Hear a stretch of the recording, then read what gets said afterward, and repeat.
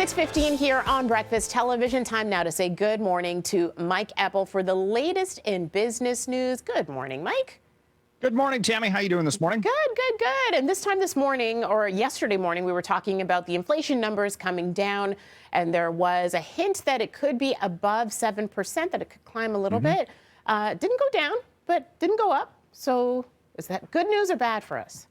Well, no one's getting too excited about an inflation rate that is still at 6.9% on the headline. And you look at some of the underlying statistics. The Statistics Canada tabulators go through a wide range of products, consumer goods, and whether that's food items or gasoline or even mortgage interest costs, and they calculate how much prices are going up or down on a month-to-month and year-over-year basis. And you look underneath some of the statistics under the hood, so to speak, and we're looking at the broadest increase in inflationary pressures actually since 1991. 85% of the products that Stats Canada tracks are going up more than 2%.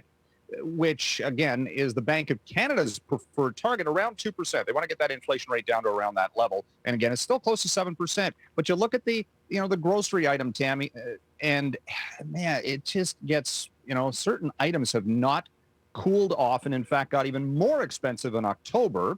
At the top of the list was margarine, of all things, which is up 40% year over year. Haven't eaten margarine since the 1980s. But nevertheless, that is one of the top items on store shelves going up the most in price. Pasta products up 37%.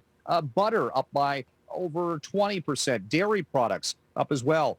Things that did get a little less expensive, including coffee and tea, because we actually have seen the price for coffee on international markets drop something like 25% since August. So that's something to watch. All of this, though, points to, again, interest rates continuing to go up because the Bank of Canada wants to cool things off. They've said that. They want to actually see the unemployment rate go up a little bit to alleviate some of the wage pressures, things like that. So we watch these inflation data points just for direction for interest rates, and it looks like that's just going to get even more costly going forward. My jaw dropped when you said 40% for margarine. For margarine. That's just unbelievable. Is that an edible oil product? Yeah, it's not natural. Anyway, moving on to a crypto platform that we've been talking about over the last couple of weeks, FTX. We know that the bankruptcy came in, and now here are the lawsuits that are soon to follow. An $11 billion class action lawsuit filed by U.S. investors in the crypto trading platform FTX because the money went poof as it was put into one of these digital tokens, and that went to a $0 valuation. So now people are trying to get whatever they can, and good luck for the most part, because, again, when something's got a $0 valuation, you go after individuals. And in this case, the founder of FTX is Sam Bankman-Fried. He has been named in this class action lawsuit, which is interestingly also filed in Miami, because that seems to be, where these crypto conferences, if you will, seem to take place a lot. Why would that be? Well, the weather's nice last time I checked. The other named people in this lawsuit include those who were promoting the platform and the crypto token in very high-profile commercials, including Tom Brady, Steph Curry, the Golden State Warriors, Naomi Osaka, and Larry David, of all people.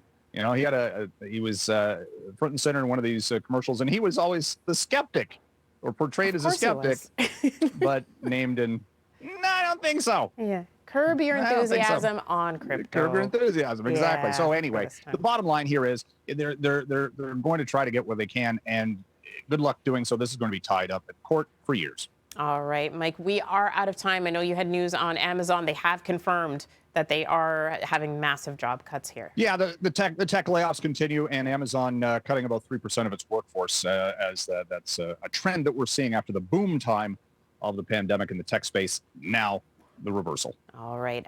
Mike, thank you so much. We'll see you tomorrow. Happy soon to be Friday. All right. Thanks very much.